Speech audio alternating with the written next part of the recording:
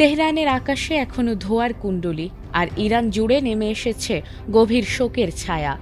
যুক্তরাষ্ট্র ও ইসরায়েলের যৌথ হামলায় নিহত হয়েছেন ইরানের সর্বোচ্চ নেতা আয়াতুল্লাহ আলী খামেনি, এমনটাই নিশ্চিত করেছে দেশটির আধা সরকারি সংবাদ মাধ্যম তাসনিম ও ফার্স্ট নিউজ এজেন্সি। রোববার এ ঘোষণা আসার পরপরই মুহূর্তেই বদলে যায় মধ্যপ্রাচ্যের রাজনৈতিক মানচিত্র।